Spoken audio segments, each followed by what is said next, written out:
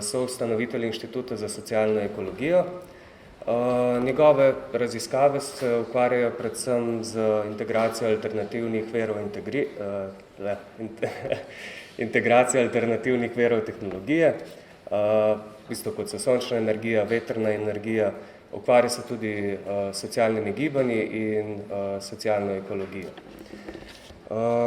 Zdaj njegova predstavitev, ki se imenuje Socialna ekologija, kritičen pogled na današnjo krizo, bomo v bistvu raziskali teorijo in prakso socialne ekologije, interdisciplinarnega pristopa do kritičnega razumevanja, medsebojno povezanih virov, sodobnih, okoljskih in družbenih kriz, ter nasprotujočih in prenovitvenih pristopov, ki jim sledijo socialni ekologi v različnih skupnostih po svetu, vključno z revolucijo Rožava v Kurdistanu ter rastočem municipalističnem gibanju v ZDA. Zdaj bi pa kar besedo predal dr. Danielu, pa bo on nadaljeval. Hvala. Thank you very much. It's a pleasure to be here. Thank you to the organizers for the invitation, and thank you to all of you for joining us this morning. I should tell you that my background is in cultural anthropology, but my career has really strayed from traditional anthropology to focus primarily on questions of people's relationship to the natural world. And it's taken some unconventional terms. Social ecology is an interdisciplinary perspective that draws on studies in anthropology, in philosophy, in history, and of course in the biological sciences, of course, the science of ecology, the study of ecosystems itself. However, social ecology is not just an academic inquiry. It tries to provide a framework which gives us some suggestions for action as well, so that social ecology has also emerged as an applied praxis, a combination of theory and practice in which we take the theoretical concepts, we apply them in the real world, primarily in the context of social movements and the process of community development. And then from there, we examine those results, we modify the theory in relation to the practical applications. Social ecology really emerges out of the work of a man named Murray Bookchin, who co-founded the Institute for Social Ecology with me in 1974. And I have to tell you a little bit about Bookchin because he is really the seminal theorist of social ecology. He's dead now. But he began writing about ecological issues and ecological concerns back in the 1950s. He published a work called Our Synthetic Environment in 1962, about 6 months before Rachel Carson published her work, Silent Spring, which is really credited, at least in the United States, with the beginnings of the modern environmental movement. Bookchin's work never received the kind of wide reception that Rachel Carson's work did, however, because he had a critical edge. He understood that environmental problems are really social problems, that they're an outgrowth of the social relationships, the hierarchy and domination that permeate our society and that find expression particularly in forms of capitalism. So it's with that background that I will begin to first lay out some of the basic concepts of social ecology, really the philosophical grounding of social ecology. And then I'm afraid I'll have to be very briefly talk about some of the various expressions of these ideas in the world today. Social ecology really operates theoretically in three temporal frameworks, three time frames. We begin with an examination of the past, particularly the deep past. There is an epistemological aspect to social ecology where we attempt to come to a real deep understanding of the concept of nature itself. And social ecology then proceeds to examine contemporary issues from its particular perspective. And then we also, and I think this may be unique to our particular form of social ecology, we spend a great deal of thought about the future. And ultimately, the goal of social ecology is the reharmonization of people and the rest of nature, the creation really of what we would term an ecological society. And social ecology offers, I think, some important insights into how we can begin the process of achieving that reharmonization. In terms of epistemology, social ecology begins with a very basic question: what is nature? I think we all assume a certain understanding of nature, and certainly in the Western tradition, nature is something which is out there, which is seen as separate from humanity. Nature is mountains, forests, oceans, grasses, and that dualism, which I think is inherent in the Western tradition, has implications for how we deal with nature. And I think it's directly out of that conceptualization of nature that our futile attempts to dominate nature grow. Nature is seen as external. In the East, there's a very different conception of nature. Nature is seen as all-encompassing, all is one. However, from the perspective of social ecology, that particular perspective is problematic as well because it fails to differentiate or gradiate nature. So social ecology really views nature as having several components. There is first nature which is external to humanity, and then there is second nature which has been impacted upon by humanity. And as the previous discussion of the Anthropocene clarified for us, we live today in a period in which second nature has really spread its tentacles around the entire globe. Whoops. Sorry. No problem. I'm sorry. I'm really technologically not maladept, which is why there is no PowerPoint or anything like that. I'm of a generation that I'm a little technophobic, so that extends to microphones as well, I guess. So social ecology takes this notion of first and second nature, but also recognizes that there's no radical disjuncture between first and second nature, that second nature is a direct outgrowth of first nature and still contains within it first nature as well. Social ecology also understands nature as a process. Nature is natural history. Nature is evolution. And nature, as we experience it today, is the culmination of 3.5 billion years of natural evolution. And we examine that evolutionary process to try to understand what kinds of patterns or tendencies emerge. Because we believe that if we are to actually reharmonize human society and nature, we need to have an understanding of what nature itself is. So that evolutionary process, of course, we understand, began with single-celled organisms in the ancient ocean. It complexified. Those single cells formed together, created more complex organisms, and those organisms created more complex forms of life, which emerged from the ocean, et cetera, et cetera, et cetera. People, I'm sure, are familiar with basic precepts of Darwinian evolution, and I assume that we all share that understanding. In that process, though, we see certain tendencies emerge. In first nature, and this is important, nature contains everything, because it is everything.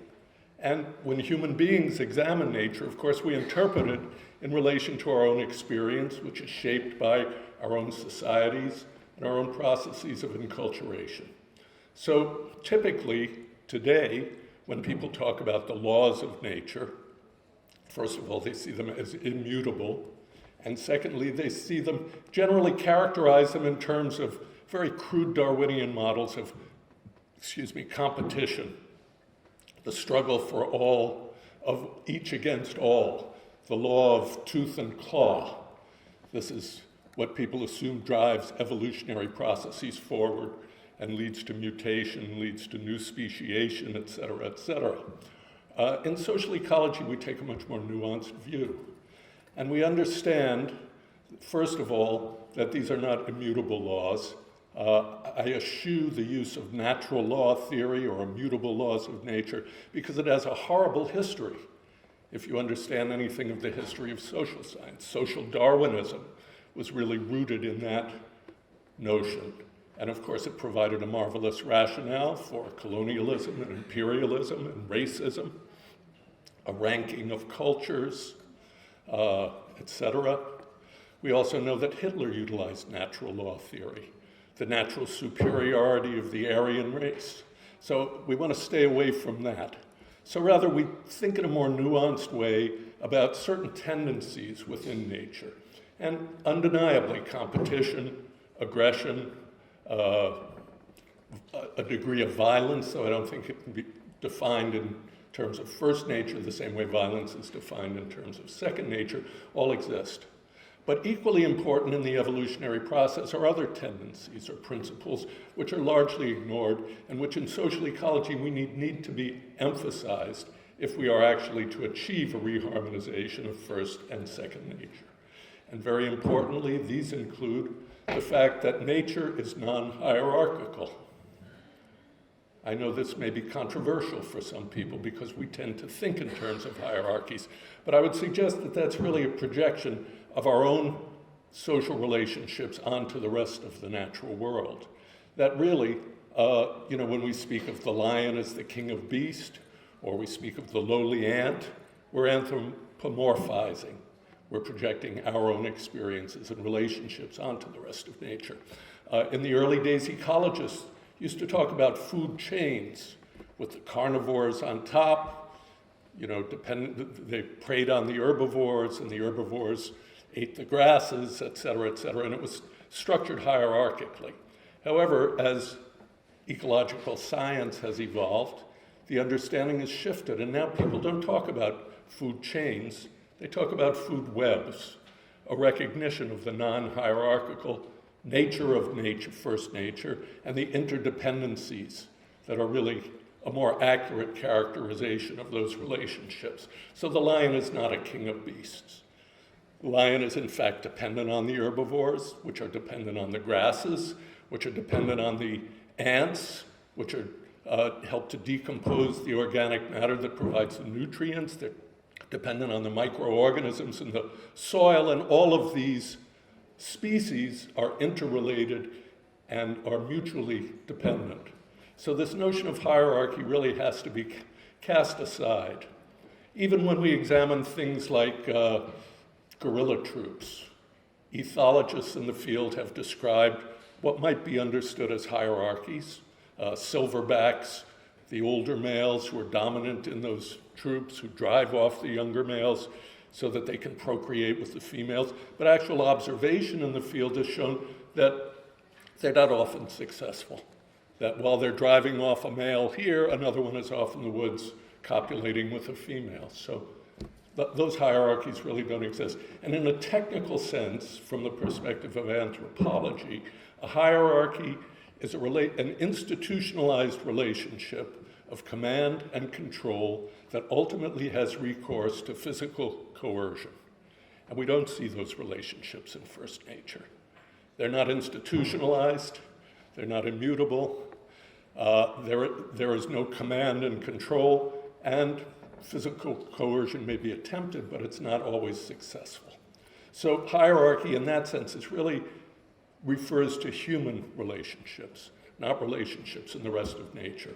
And the point here is that as we examine these tendencies in nature, we're trying to provide an understanding in which we can base an ethics that can be applied in human society in order to create an ecological society, a society that reflects the same tendencies and relationships as we see in the rest of nature. Another very important principle or tendency that social ecology suggests we need to understand and dialectically transform and apply in our own relationships is that of mutualism. The fact that in nature relationships are mutualistic, as I mentioned earlier. There are interdependencies, and no one species can exist without the other species. We are all tied together in a web of life which is mutually reinforcing, and that takes the form of mutual aid. And this is a concept in biological evolution that's been propounded by a lot of people historically, people like Peter Kropotkin, Elie Reclus, and others. And it's important that we allow that principle to emerge and find application in human society. Another important principle that we derive from our understanding of nature is the principle of unity and diversity. The fact that actually within an ecosystem, the greater number of species interacting at various trophic levels, the more stable that ecosystem is, the more unified it is. That in a complex ecosystem like a rainforest, where you have as many as 50 species of ants operating on the floor of the rainforest and thousands of other species in relation to each other, you have a very stable ecosystem in which if any one species should go extinct, and extinction certainly occurs, at any given trophic level, there are other species that can fill that in particular niche, which allows for a degree of stability there and a degree of unity. So that's a very important concept as well, unity in diversity.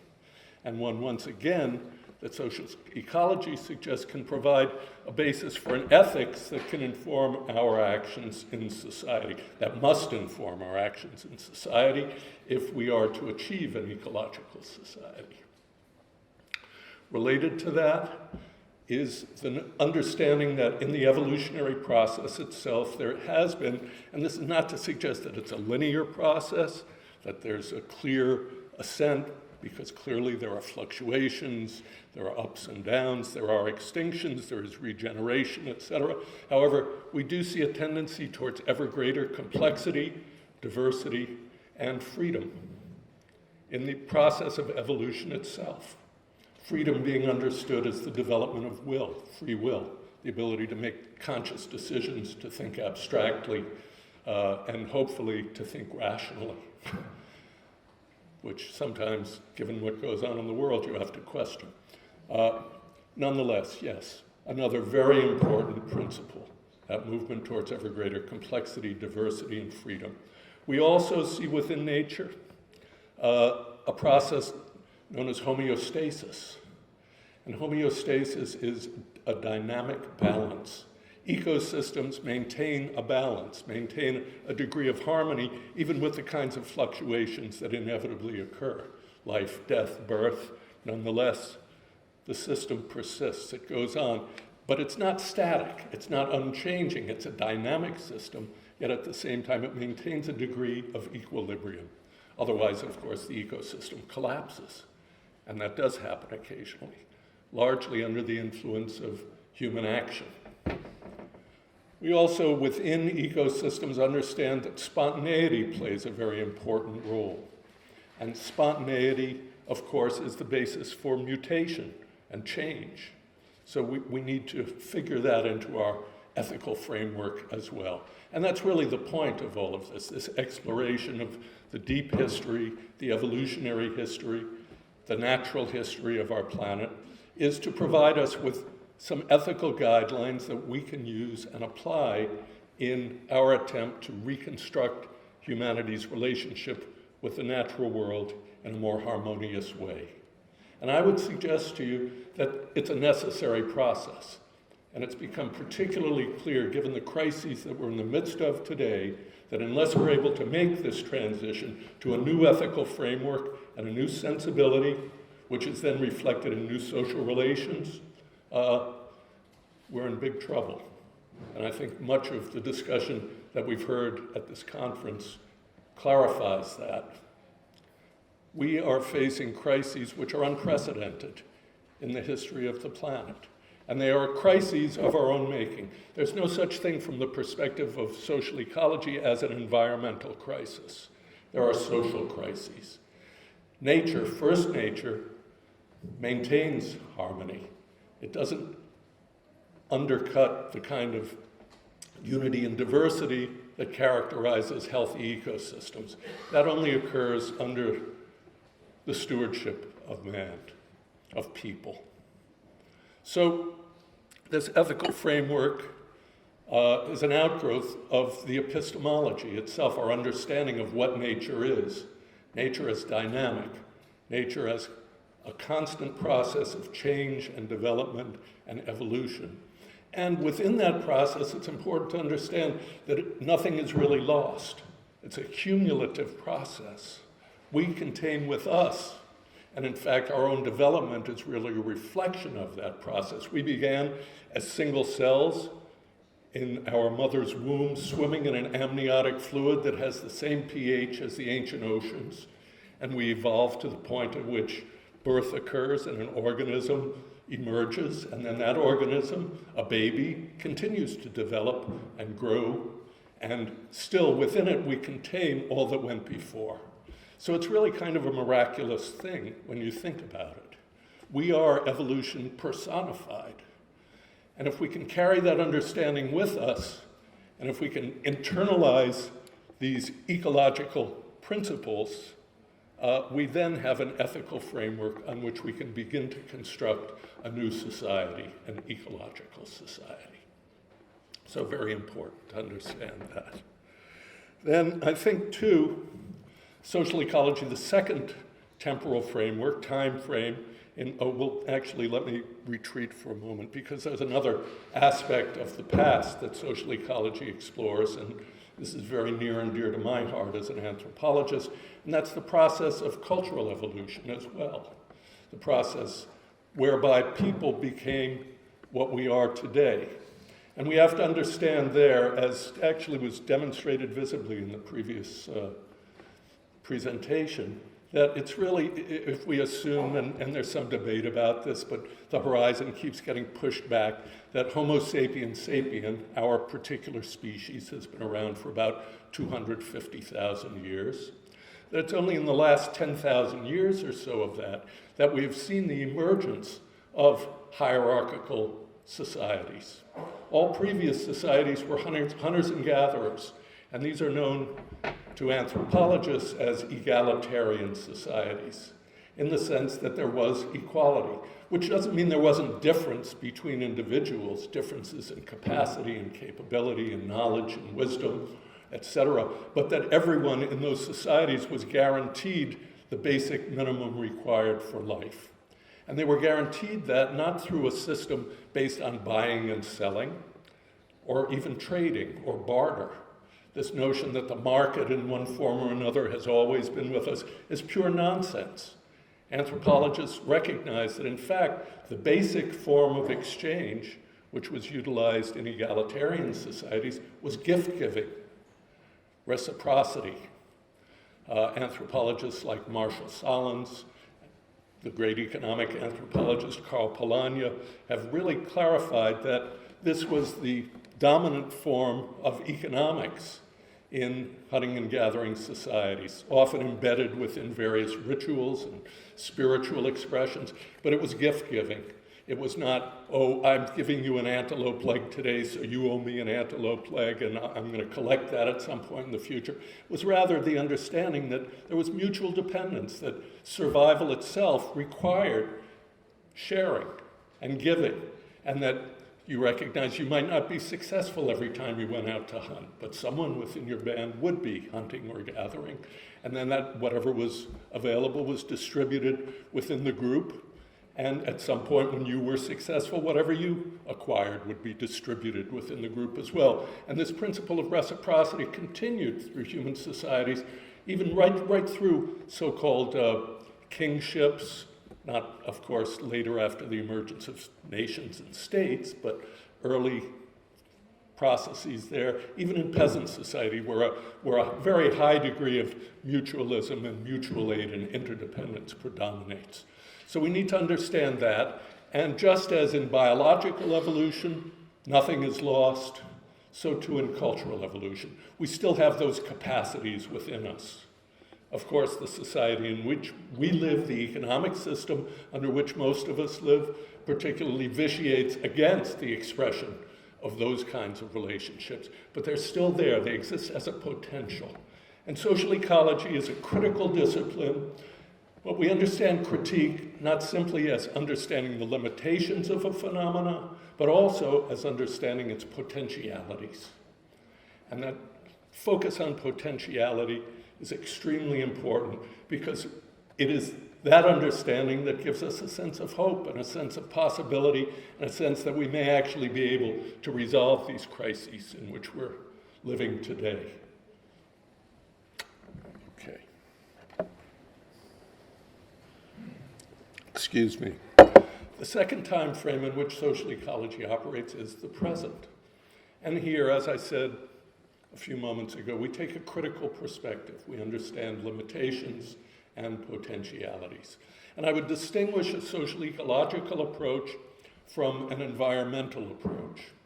An environmentalist looks at an issue, sees it as a problem, and seeks a solution, very simply. And I'll give an example here from the US, where not so much now, but 20 years ago, a phenomenon called acid rain was a big problem. And acid rain was affecting forests and lakes in mountain regions. Acid rain resulted from the production of sulfur dioxide, a waste emerging from the tall stacks in the Midwest, where the centralized power production and industrial production of the nation was concentrated. It was carried eastward by the prevailing winds, and then when it hit the mountains, the Adirondacks, the Green Mountains in Vermont, where I live, it fell and destroyed forests and lakes. And environmentalists looked at that problem and said, well, the solution is very simple. We put scrubbers on those tall stacks, and we clean up those emissions. And in fact, it was effective. But that's such a shallow analysis, and it really fails to get at the heart of the problem. So a social ecologist looks at that same problem and says, yes, by all means, let's clean up the emissions. Let's put those scrubbers on the tall stacks. But let's also understand that really the source of the problem isn't the tall stacks. It's highly centralized forms of industrial production that are dependent on dirty sources of energy. And then we look at that and we say, and underlying that, of course, is the system of capitalism itself, which requires economies of scale and concentrated forms of energy production, et cetera, et cetera, et cetera. And then social ecology takes it even further and says underlying that are relationships of hierarchy and domination. And that is a central theme of social ecology. We're concerned with relationships of hierarchy and domination in all forms. The domination of men over women, sexism, the domination that takes the form of racism, where people of color are dominated and oppressed by white people, the domination of people with sexually different identities by those who are heterosexual, all of the various forms of domination that occur. So if we are actually to create an ecological society, we need to eliminate all forms of hierarchy and domination. Very important. And I know this sounds unbelievable, unachievable, but once again, if we look to our own history, the whole of the history of humanity, we see that for the great bulk of our time on this planet, we existed without those relationships. We existed in egalitarian societies in which differentiation occurred, but it wasn't hierarchically structured. Different forms of leadership occurred. These were not leaderless societies, but the leader did not have the ability to command and control others. And we see in anthropology many, many examples of how these societies were organized, very notably in using the American case among Native American peoples, where vast confederations that covered most of North America were formed, and they were rooted really in a respect for the individual who always had the right to dissent, to deter, to not participate, yet they were able to then coordinate activity among great masses of people on this kind of voluntary basis as well. The Iroquois Confederacy, the Anishinaabe Confederacy, which for hundreds of years was able to hold colonial settlement at bay in their areas using these kinds of political techniques, etc. So I think the point is that if, once again, our goal is to create an ecological society, we need to understand all of this history, all of this past, and we need then to deepen our analysis of the current society and find a way to apply these principles to transform the current society. And this really takes us to the third time frame in which social ecology operates, and that is the future. We spend a lot of time thinking about the future and trying to understand what kind of path might actually get us to that future. Here, social ecology, I think, also differs from most the way most academics think about the future. Most speculation about the future in academia takes the form of futurism, and it's really a subset of systems theory in which you're plugging numbers in, and you're simply taking what exists today and projecting that out into the future. And we see this mode of analysis being fairly common in things like peak oil and resource extraction analysis, et cetera. And I'm not suggesting it has no value. It is valuable, and it's necessary, but it's not sufficient. We need a way to think about the future that transcends the given, that allows us to think about what real existing potentialities exist that could take us outside of the framework in which we find ourselves mired today.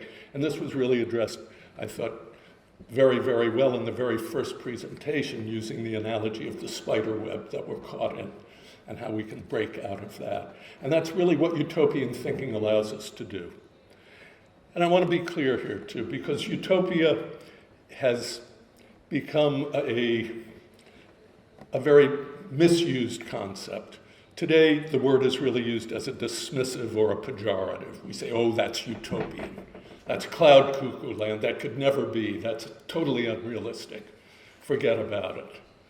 But when you really go back to the history of utopian thought, and particularly go back to the etymology of the term itself, it was coined by Sir Thomas More in 1515. More was famous for his wordplay. He claimed two roots for the word utopia, both from the ancient Greek. The first, the word autopia, which meant no place, and the second, the word utopia. And I'm probably mispronouncing this, and any ancient Greek speakers in the audience should feel free to correct me. But utopia meant the good place. And it's in that second sense that social ecology tries to rehabilitate the term utopia.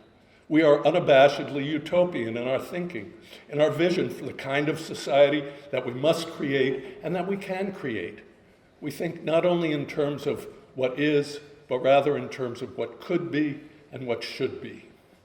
And here it's important to distinguish utopian thought from utopistic thought, because utopian thought is based in real existing potentialities. What is there within our own societies, within our species being, that we can draw on, that we can dialectically transform, and that we can apply to create a new ecological society? And there's a tremendous legacy there for us, a tremendous history that we can draw on, and we must draw on. So that utopian thinking is a very important aspect of social ecology as we've developed it at our institute. And we've tried to apply these ideas in various settings, and I'll talk about some of that briefly later. Finally, though, the third aspect of the theory of social ecology, the philosophy of social ecology, is politics. And that politics, of course, emerges from our understanding of nature, the ethics that we derive from that understanding of nature, and our utopian vision.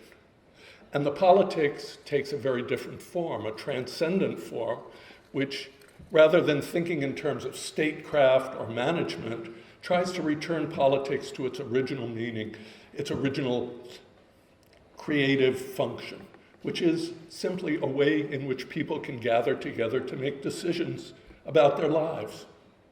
And for social ecology, the politics that best reflect those principles that I talked about, non-hierarchy, mutualism, unity and diversity, movement towards ever greater complexity, diversity, and freedom, spontaneity and homeostasis. The politics that best reflects that are the politics of direct democracy. So rather than simply calling for people to go to the polls every 4 years, as we do in the US, and pull a lever and vote for a Democrat or a Republican or even a Green, we rather ask that people recapture the original notion of citizenship, in which people take responsibility directly for making those decisions.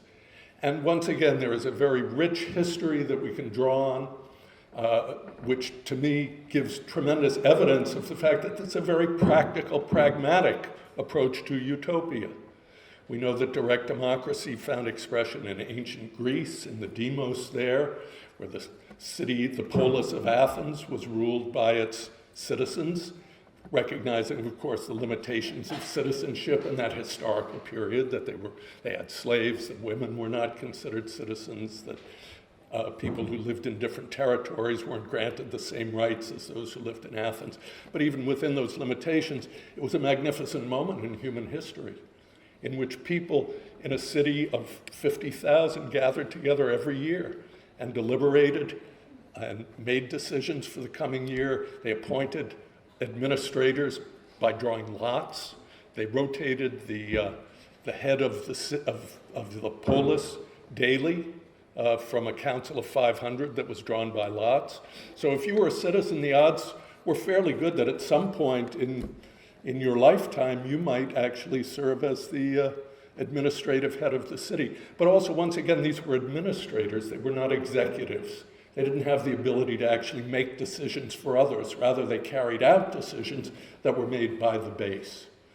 Where I come from in Vermont, we still have a living tradition called town meeting government, where in the towns and small cities of Vermont, we come together every year and we make all of the decisions in an assembly through direct democracy. Every citizen has a voice, every citizen has a vote. We determine the budgets for our town, we determine zoning, planning regulations, we set energy policies, we elect a school board, and we do all of this through direct democracy. Now, I also want to emphasize here that direct democracy is not something that only occurs in one day or on one day. It's an ongoing process. So that, for example, in ancient Greece, all of the discussions, all of the decisions that were made on the day of the ecclesia were actually thoroughly debated and discussed throughout the whole year because they had a public space and a public sphere and a sense of commitment to each other and an understanding that in order to live democratically, you have to actively participate in your community. And the same is true in Vermont. Here I'll give a personal example. We have an energy committee. I'm a member of that energy committee, Energy and Climate Change Committee. We are very concerned with the issues of climate change, and particularly now, since we're seeing such a reactionary development on the national level.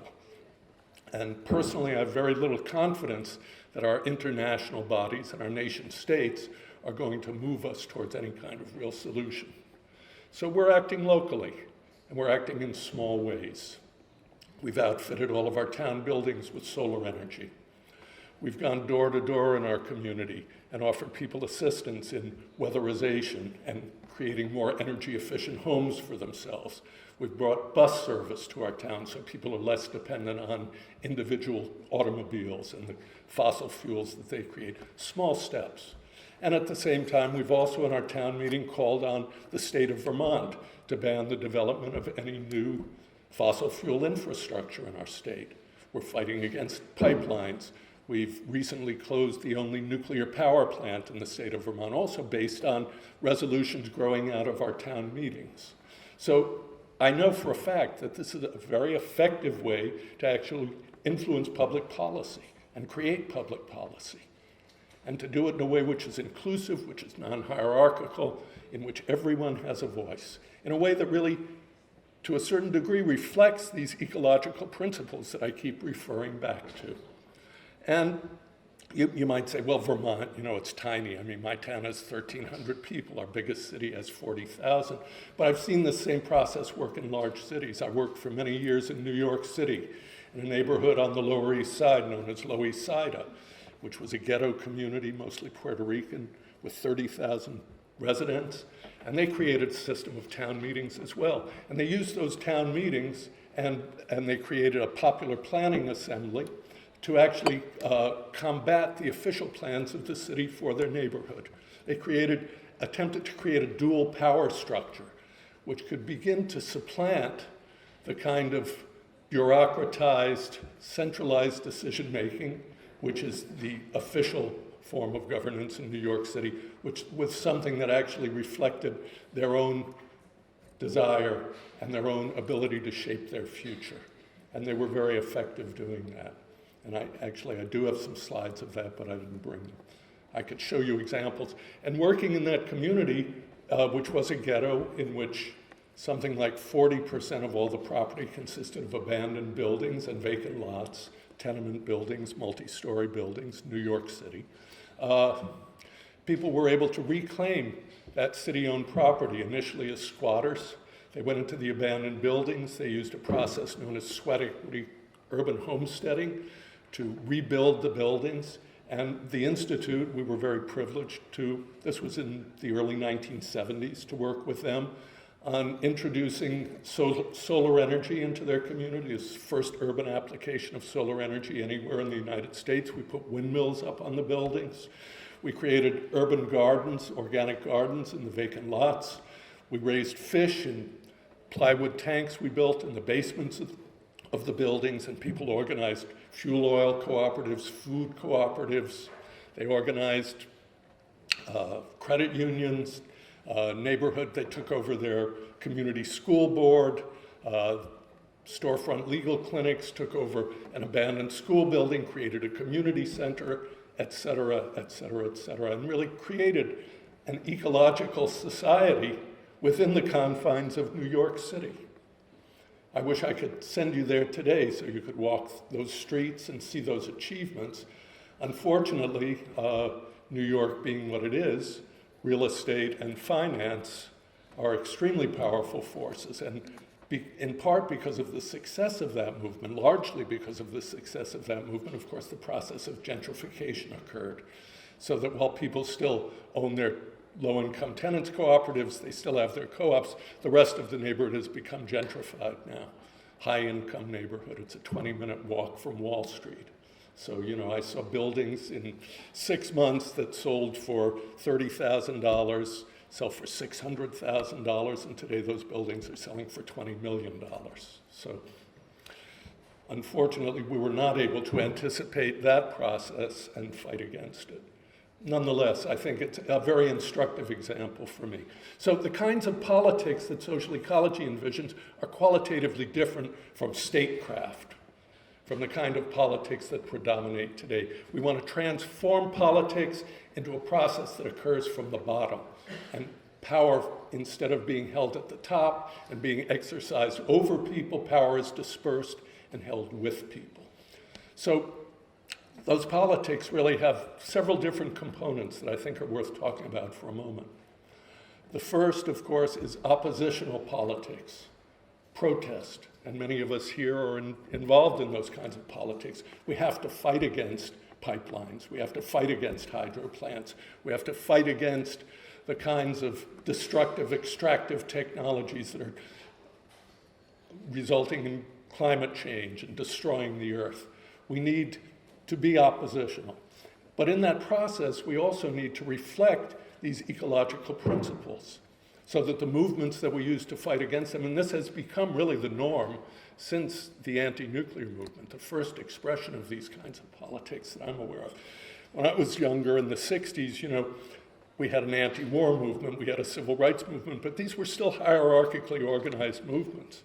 What we've seen with the advent of the anti-nuclear movement, at least in the US, all the movements really that have followed, has been this form of horizontalism. Leaderless movements. Of course, they're not leaderless. There are leaders. There are people who have experience, who have wisdom, who are articulate, who are able to inspire others, but they don't have any institutionalized power. Power, rather, is shared. Decisions are made collectively, democratically, and that's very important. And these oppositional movements are absolutely necessary, but they're not sufficient. They're not enough because they can't take us to that next step of actually creating something new. So the other aspect of the politics of social ecology that emerges from this whole trajectory that I've been describing is the reconstructive dimension, the creation of alternatives, like what I was describing in Lower East Side, the creation of neighborhood assemblies and town meetings, the creation of food cooperatives, the creation of a whole solidarity economy, which we're beginning to see emerge around the world today. And that is a crucial aspect of social ecology, creating all of these alternatives. And once again, in these alternatives, internalizing the principles. The alternatives also have to be organized through directly democratic forms of organization.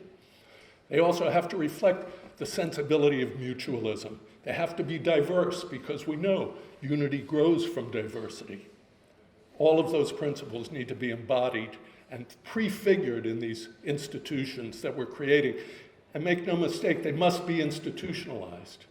I've been active in movements since the 1960s, and one of the great problems that I've seen is that inability to actually institutionalize. Saw it most recently in the Occupy movement, where people were satisfied with what Hakim Bey called creating temporary autonomous zones, what Marx called festivals of the oppressed when he referred to the Paris Commune of 1871. That's not enough.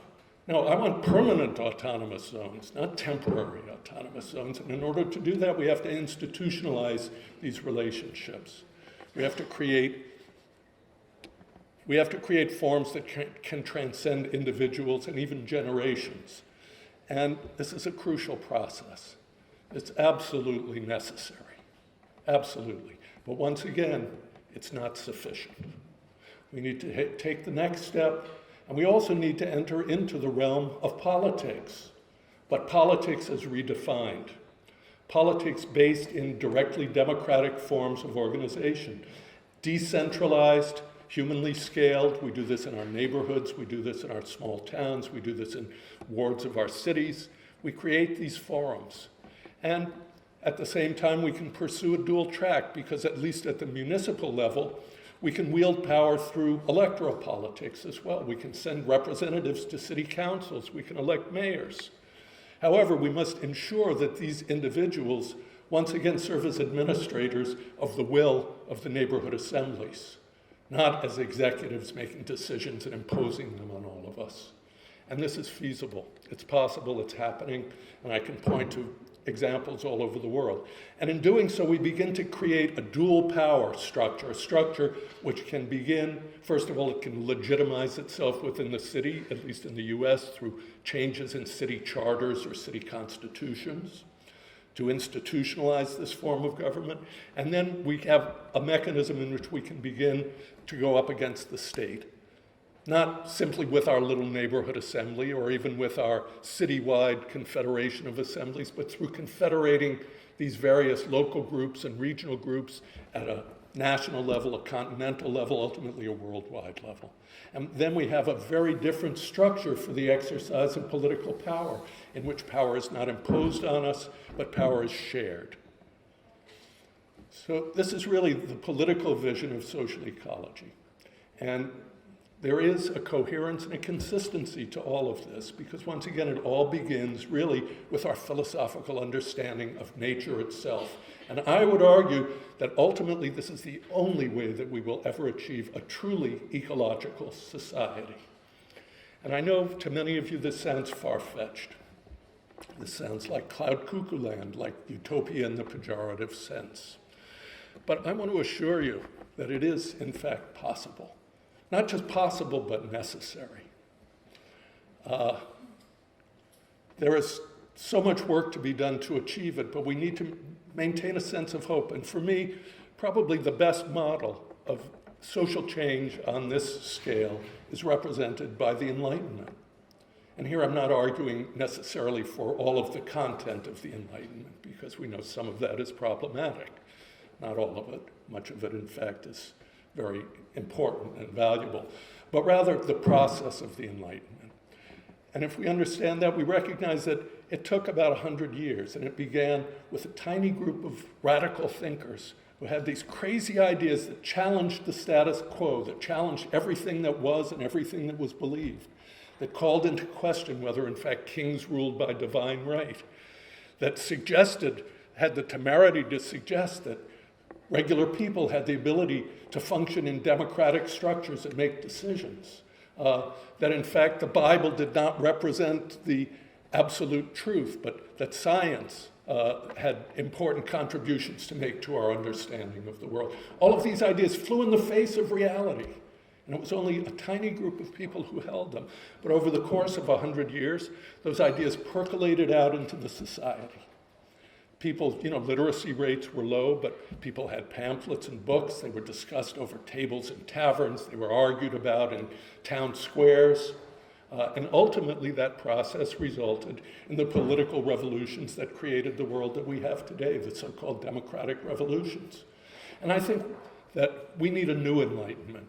And I would suggest to you that we are actually already well underway with that new enlightenment, because the fact that there are so many of us gathered here today indicates to me that these ideas have already percolated. And we have high rates of literacy, and we have the internet, and we have all other forms of media and communications, and there is a growing international movement that embraces these ideas and that's trying to express them. And we need to be a part of that. We need to very consciously align ourselves with their struggles and create these same kinds of struggles in our own communities if the transformation to an ecological society is to occur. That's what we're about. And I will leave you with a quote from my mentor, Murray Bookchin, which actually builds on a slogan that was scrawled on the walls of Nanterre University during the May-June uprisings in France in 1968, where they said, "Be realistic, do the impossible." To which Bookchin added, "If we don't do the impossible, we face the unthinkable." Thank you.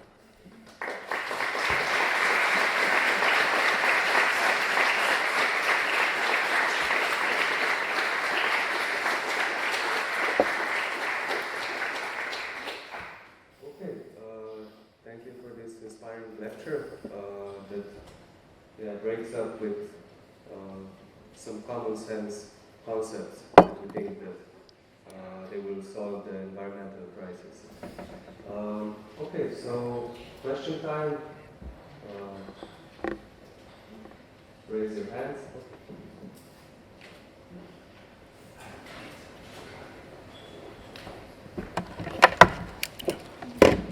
Good morning, Dr. CHODORKOFF. Thank you so much for this very inspiring lecture, speech.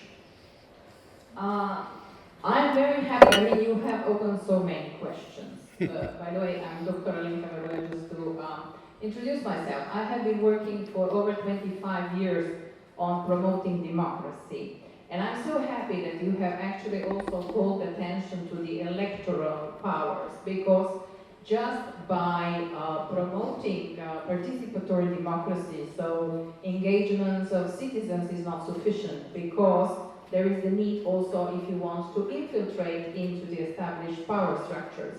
And we know this is the only way through the electoral systems. Now, the question for you is, for me, in my experience, corruption is a key issue. And we know that power also corrupts people. So yes, if we find like-minded fellows in politicians, hardcore politicians, that we manage to brainwash them in a way, if you want, or like we say, enlighten them to come on board, yes, this is very important. And how do we further spread this message, disseminate the seeds among the politicians? This is for me a key question. So I would like a little bit more from you on that. Then, sorry, I wrote a lot of questions. So also, I would like to hear your opinion on the current situation in France, where we see already perhaps the third or the fourth Minister of Ecology resigning. We see a strong pressure from the capital on this paradigm between the development and protection of the environment and development of ecological societies. So we see that actually the opposition is very strong and very powerful, and they have lots of resources. Then the next question is, also given the current efforts to tackle the plastic issue, which is, in my opinion, just throwing a sand in the eyes of people, because we know there are much more problematic issues concerning ecology and protection of the environment. And last but not least, the importance, if we want really to promote the direct democracy in any possible way, it's very important to continue to raise awareness and also to educate people. And this is, for me, the key issue. Thank you. Yes. I'd like to address your final point first, because I'm in complete agreement. Every revolutionary project is an educational project. And were we to institute universal direct democracy tomorrow, at least in the United States, it would be a disaster, because people still carry within them the sensibility of capitalism, of competition, of racism, of sexism, of homophobia. All of that is deeply ingrained in US culture. So we need to educate. We need to create a new sensibility. But education occurs not just in the classroom, not just in the lecture hall, but also through participation in democratic institutions. And that's how people learn these lessons. I've seen it myself in my town in Vermont. It's not a homogeneous town. We have some very right-wing people. We have some very left-wing people like myself. But when we come together in town meeting, we tend to drop our ideologies because we're dealing with issues that affect us directly. And we deal with each other as citizens and as neighbors. And that's a very powerful lesson. Education occurs when someone joins a cooperative and they need to participate in making decisions there. It occurs when they join a social movement or an environmental movement, and they need to come together using these horizontal forms of organization. So all of this, I think, is crucial and critical. And of course, the institutions like universities and public schools and private schools also have a very important role to play in educating people about the history and the possibilities, rather than simply replicating that which is. I really can't comment on France because I'm not familiar with that situation, so I'll leave that for someone else. And in terms of the other question, how do we deal with corruption? How do we hold our elected officials accountable? I think it's through the creation of directly democratic forums that we can call them to, and we force them to come report to us. And then we can actually change the structures of governance. My concern is that once, let's say, like-minded people that promote the ecological society, once they are in power, they may get sidetracked. That's my concern. Yes, they can easily be co-opted. Sorry. My apologies. So my concern is just to link to what you said is what my concern is that once like-minded fellows that would believe in ecological society, once in positions of power, might get corrupted because of the power and might be then sidetracked in the process. So this is one of the concerns. Yes, it's a big concern for me too. And we've seen it again and again. We've seen it in green parties all around the world. We've seen it in so-called socialist parties as well. So there have to be mechanisms by which we hold politicians accountable. And here, once again, there are some simple forms that can be applied. I see the basis for all of this being the neighborhood assembly or the town meeting, where your representative is invited to come and discuss what they're doing and explain what they're doing. And if they're not carrying out the will of that group, you need recourse. You need to be able to recall them, hold a new election, and take them out of office and replace them with someone else who is accountable. We also need to work to begin to change the underlying structures. I mentioned charter changes, constitutional changes, which would allow for this kind of mechanism to actually be institutionalized. I don't know what else to suggest. I mean, power corrupts. We know that.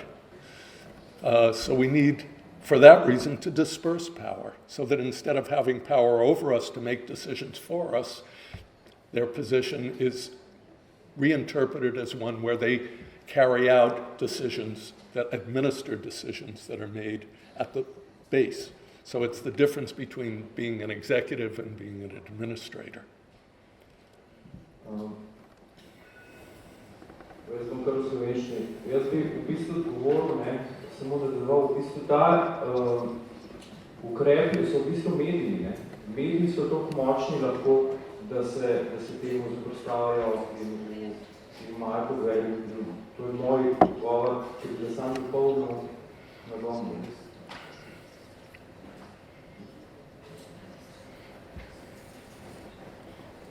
Very good point. Rekli ste, da ste temu usmerjali in povedali ste, da verjamete, pridružujem se temu mnenja, da je edina pot v balans, harmonijo in homeostazo je nek spontan proces, ki ni nasilen. Pa vendar vam postavljamo vprašanje z vidika vašega levega pogleda, kako prepričati morda tudi včasih levo usmerjene ljudi, da revolucija ni vedno pot nasilja. Soočamo se namreč mnogokrat s pogledi v preteklost, vemo, da so v zgodovini bile številne revolucije in spodbujanje k nasilju je en velik problem, morda tudi danes razvite evropske družbe.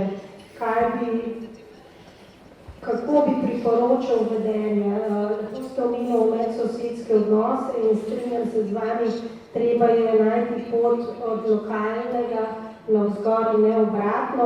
Včeraj smo slišali tako v Zagrebu, tudi v Ljubljani imamo pogosto ta problem, da politika z vrha narekuje, kako delovati v lokalnem okolju in ne obratno. In ker sem tudi sama morda levo usmerjena, bi vprašala, kako preprečiti to nasilno vedenje v posameznih trenutkih, da se obrnemo k homeostatičnemu vedenju. Yeah. Big problem. In the US we have a wide range of views on this question. I think that essentially what we need to do is make sure that the kinds of movements that we create are consistent and that they reflect the kind of society we want in the future. And you simply can't expect a nonviolent society to be brought into being by violence. Martin Buber said it very well. You can't take a little fruit tree, cut it down, and turn it into a war club and expect it to bear fruit. It's impossible. How do you convince individuals? I don't have an easy answer. I think, once again, a process of education. I also have to say that I think in certain situations you need to defend yourself. When the fascists are marching in my town, I want to be able to confront them. And if they come back at me with violence, I want to be able to defend myself. And I think that's justified. But to take aggressive, violent action is destructive of the movement. And I can speak to this from my own personal experience, because in the 60s, I was part of a movement that turned to violence called the Weathermen.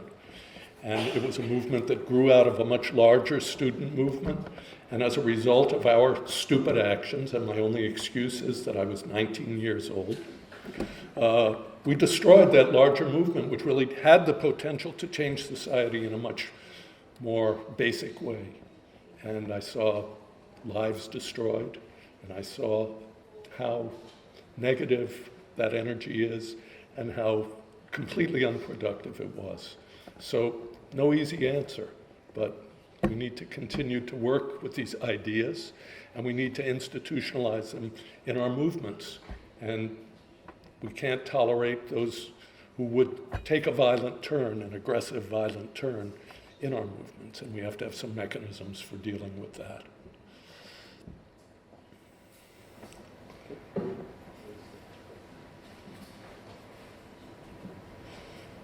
Hi. I have a question regarding international agreements, if you know anything about it, especially in the light of USA withdrawing from Paris Agreement in the previous year. Do you maybe see a solution for implementation of these international agreements, especially since we lack of some sanctions on international level? Maybe a way to compel the countries to cooperate. Yeah.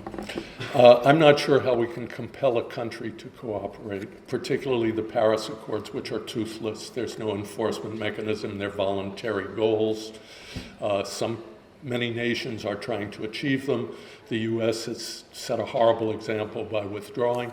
But what I'm seeing in the US is that despite Trump's attempts to deny climate change, despite his deregulating all of the polluting industries, despite creating an environmental protection agency that's now really more the pet of the fossil fuel industry, that action is still going on. And it's happening on the state and the municipal level, where the state of California has reaffirmed its commitment to not just meeting the goals set in Paris by the US, but to exceeding them. And that's 1/5 of the economy of the United States in California alone. It's happened in cities all over the country. New York City is committed. My state of Vermont is committed. So despite Trump's best efforts, progress is still being made. Not as quickly as it needs to be, not as extensively as it should be, but people are fighting back. We're still fighting pipelines. We're fighting fossil fuel extraction. Those oppositional movements are stronger than ever. And at the same time, we're trying to educate people about the urgency of the situation. So I'm not hopeless, and Trump won't last forever. Hopefully he'll be gone in a few months, and we'll see what happens then. Hi, my name is Romina. I'm a social scientist, and actually it was very, very interesting to listen to your talk. I was very curious and inspired by the way you use the time framework. And I would like to ask you, what is the position of social ecology in terms of seeking explanation and hypothesis of the shift in time, where we as a species moved from being based on mutualism and reciprocity on a society that actually used bargain and then eventually money, and currently the neoliberal economic model. So I might, for instance, think of Ellen Ostrom's work, who says that rules play the role, and maybe the failure of rules, but we also have psychology explanation that go back to how people feel and behave. So what is the explanation of the shift over time the social ecology proposes?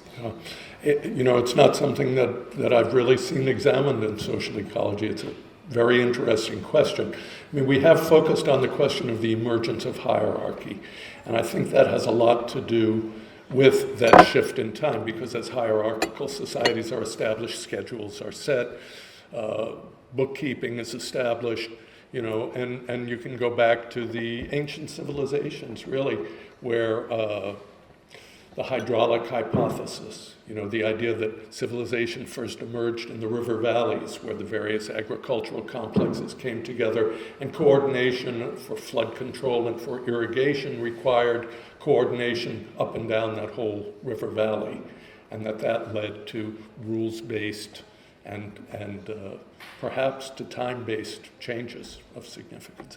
That's all I can really suggest. I'd like to have someone look into that and tell me more about it. Fascinating. Thank you. Okay.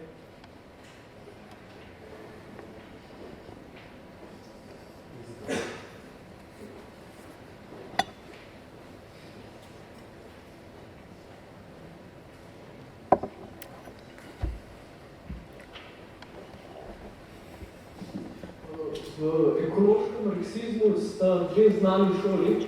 Ena je okoli Monty Review Pressa, torej John Merrick, Foster, Angus, pa tako naprej. Druga je pa ta okoli Jasona Moora, torej World Economy, svetovna ekologija.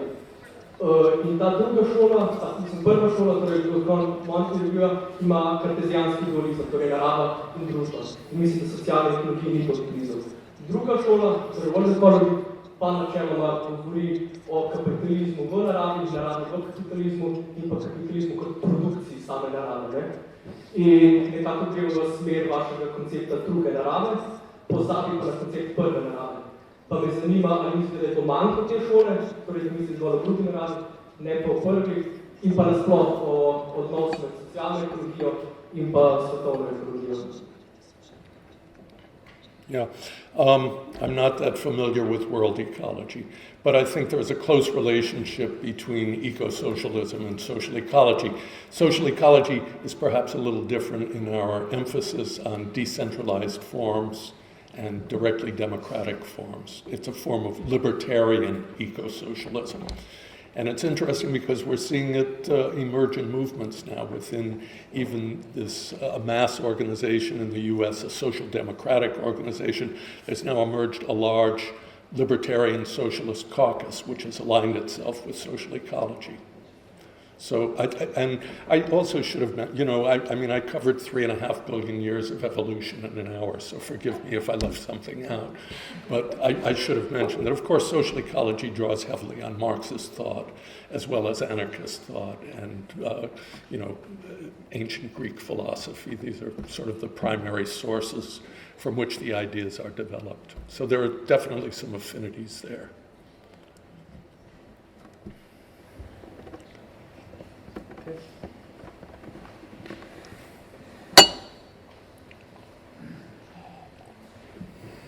I take the opportunity to also answer this question. Please. Because they have, as you mentioned at the beginning, there are different approaches to social ecology in the US and in the German-speaking world. We have 2 institutes of social ecology. There's also one institute in Frankfurt, Institute of Social Ecological Research, and they emphasize the need to speak about social ecology versus science, versus finding in between. Emphasize is not the same.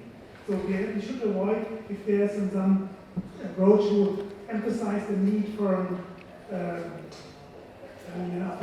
unity. I think it's very difficult to provide real unity between the societal processes and natural processes in the broader sense. This is the reason why for our version of social ecology we speak about the interaction.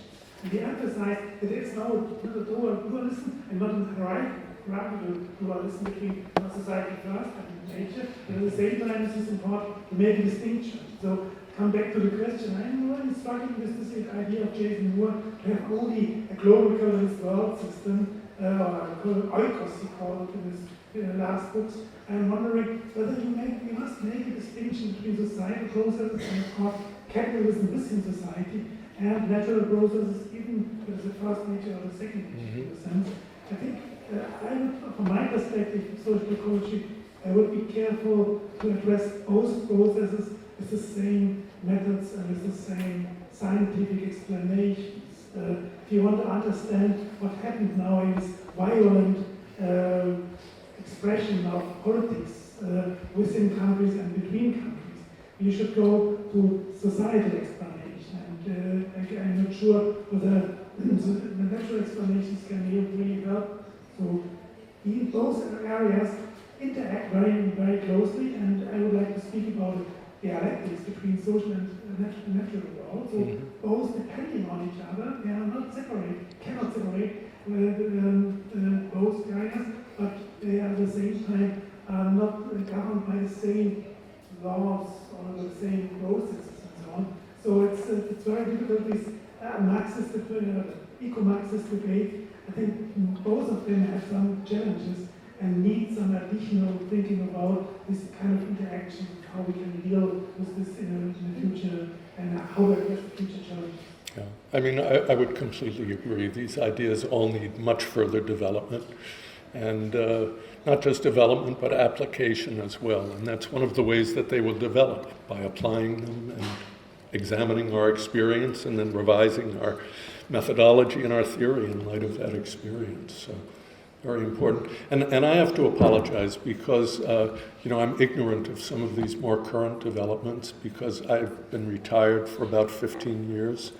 And rather than pursuing the academic literature, I've been writing fiction, actually trying to write novels that express these ideas in a way that might be a little more accessible to a general audience.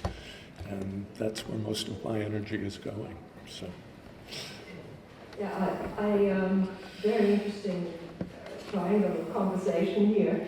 I take on board, Christoph, your point that we're needing a more subtle, there are subtle differences in the humanity-nature interaction between these positions. I just wanted to point out that regarding Moore, he actually tries to integrate some postmodern aspects into his reading of Marxism, eco-socialism. And in my opinion, that's totally futile because, as I understand postmodernism, it's a piece of bourgeois ideology, yes. And therefore he's really undermining his own process and by doing that and creating confusion. Thank you, Ariel.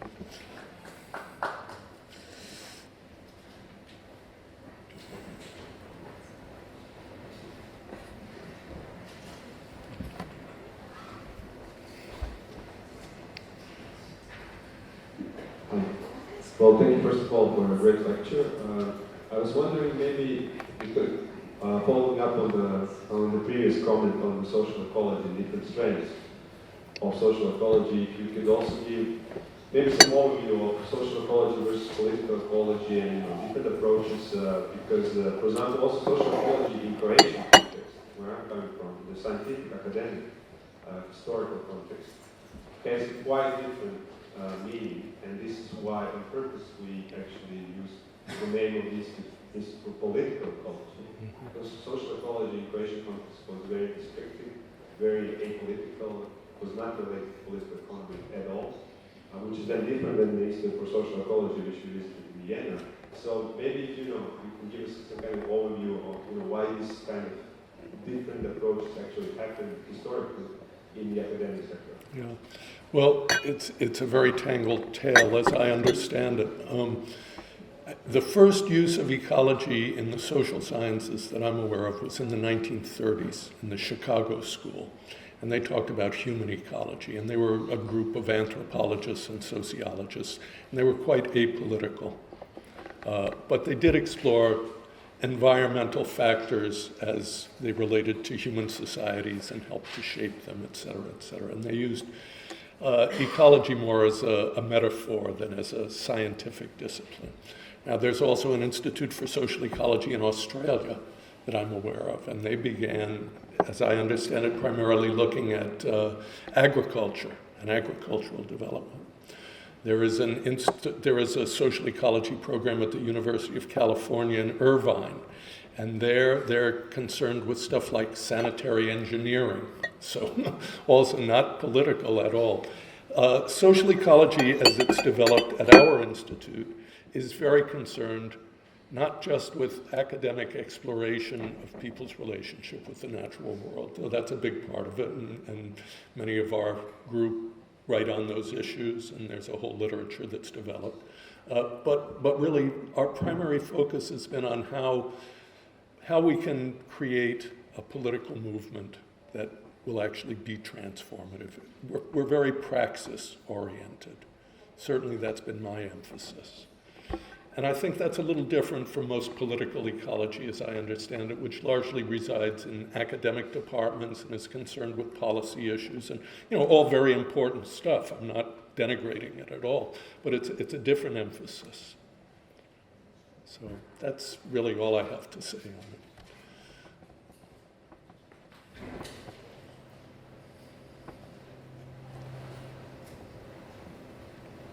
it. Okay. That's it. We have time for one more question.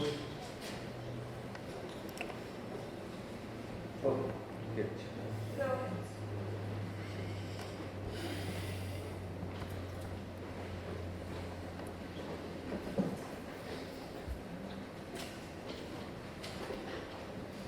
Hi, my name is Kasia. I'm from a forestry institute, so this topic is quite new to me, but I'm interested in the way that you present your idea.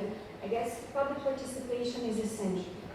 How do you think, what are the motivations for public to participate? Because I'm experiencing that there are a lot of times when the public is really not interested. So what could you... Well, it's a big problem, because we live in a society in which things have become so atomized, so bureaucratized, so individualistic, that people tend to be apathetic around these issues. And my experience has been that the way people get involved is when there is an issue that directly affects their lives. And then they will turn out. Then there's real concern and engagement, and that is an opening which you can then use to expand into larger realms of participation. So, it's interesting, you're with a forestry institute. We have a colleague who works in community forestry, and she's found that when people are given the opportunity to actually manage their public lands, they do get involved, and they do get active. So I don't know if that's been your experience, but... It's the other way around in our state, so that's why I'm interested. Yeah. Okay, thank you. Thank you. Okay, Thank you, everybody. So, lunchtime, and after lunchtime, we're moving to the talk about citizenship. So, after the lunch, we're having a lecture with Dr. Adela.